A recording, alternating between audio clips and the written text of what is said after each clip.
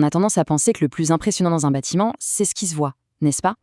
Et pourtant, aujourd'hui, on va s'intéresser à ce qui est sans doute le plus important, ce qui est caché, juste sous nos pieds. Allez, pour commencer, une petite question toute simple.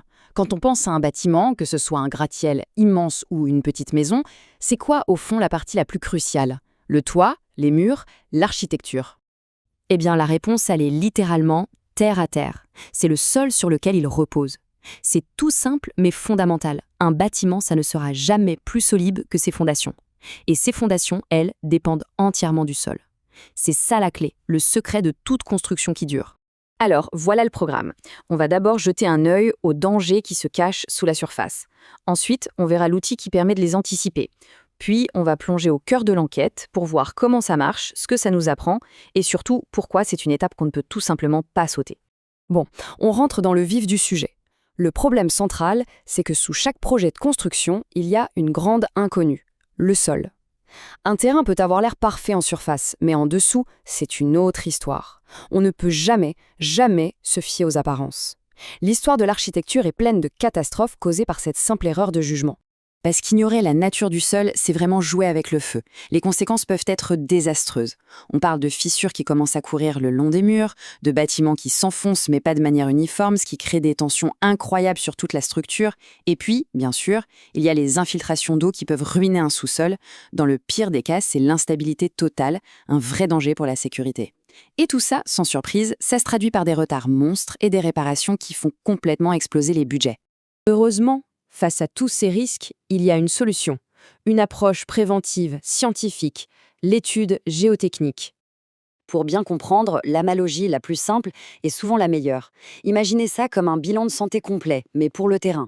Ça paraît logique, non? Avant de construire quelque chose qui est censé tenir des dizaines, voire des centaines d'années, on fait un check-up complet du patient. C'est précisément le rôle de cette étude.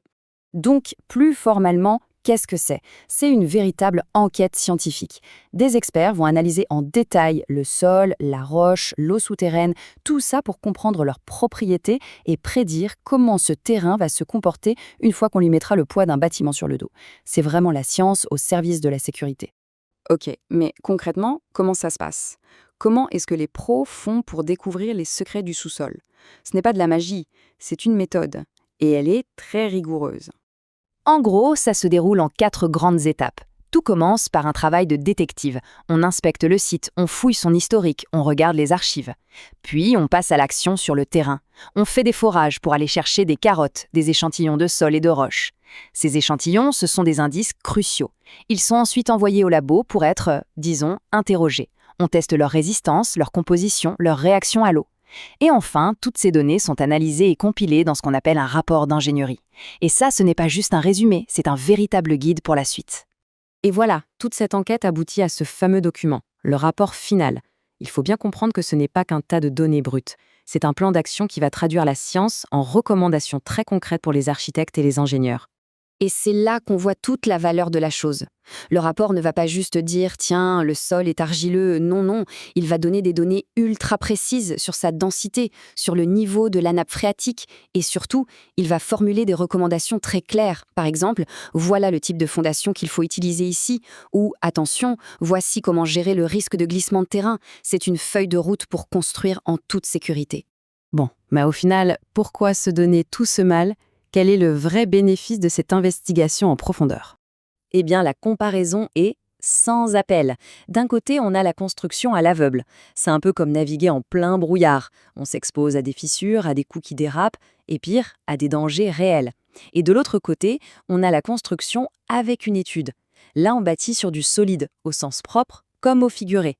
Le résultat, la sécurité, un budget qui tient la route, la tranquillité d'esprit et, le plus important, une structure conçue pour durer. C'est vraiment ça le message clé à retenir. Il faut changer de perspective. L'étude géotechnique, ce n'est pas une dépense en plus, un coût qui vient alourdir le budget, c'est un investissement. Probablement le meilleur investissement qu'on puisse faire pour garantir la sécurité et la longévité d'un projet. Alors, la prochaine fois qu'on passera devant un chantier, on saura que le travail le plus important a peut-être déjà été fait, bien avant que la première pelleteuse n'arrive, juste là, sous la surface. Finalement, la vraie question, ce n'est pas de savoir si on a les moyens de faire une telle étude, mais plutôt si on a les moyens de s'en passer.